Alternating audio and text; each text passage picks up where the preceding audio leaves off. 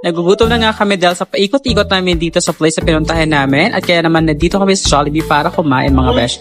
Pagpasok mo pala bubungad sa iyo agad yung magandang counter nila, yung kanilang ordering system.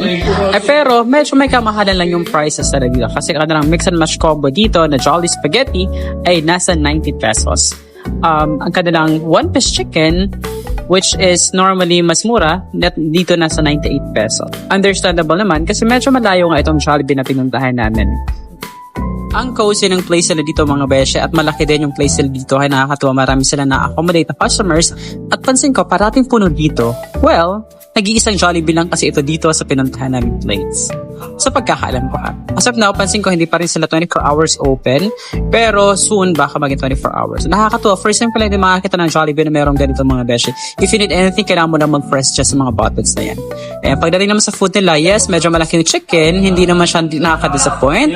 And the good thing is, yung chicken nila dito, friend, nakakatuwa kasi isa-serve talaga sa'yo na bagong luto, hindi siya yung luma. Ayan.